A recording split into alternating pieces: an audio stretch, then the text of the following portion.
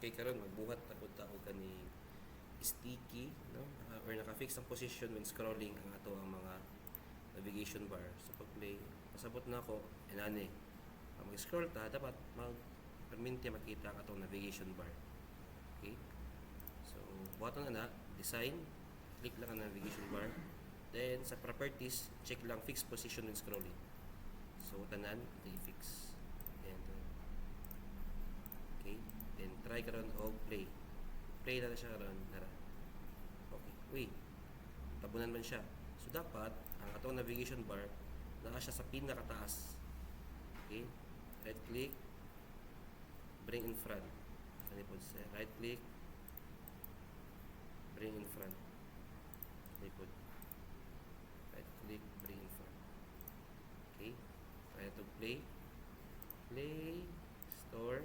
Scroll. Okay, good. Nasa taas. Okay.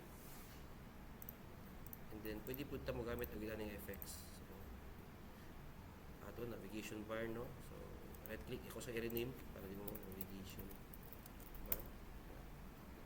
Click. Kani ang rectangle, kana. Malikod ni gray. Pwede ito siya buhaton o blur background. O background blur. Okay. So, karon play na to siya. Para yung effect na ni play. So, kita niya pa ito sa likod. Pero background, paano siya naka-blur? Background. Okay. So, tanan, itong buhaton natin. So, blur background. Sa kuwan lang ha. Ito rectangle sa navigation bar lang. So, makita lang niyo ito rectangle. Okay. Blur background. Okay, good. So, karon play. Restore. Okay.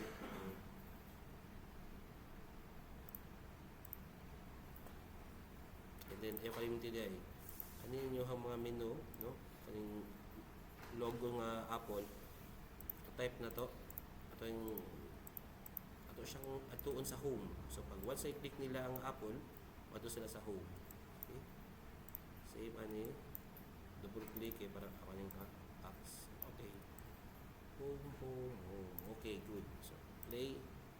Once I want to click na to yung kuhan. Apple, ato go. Store, ato go. Oh, okay, very good.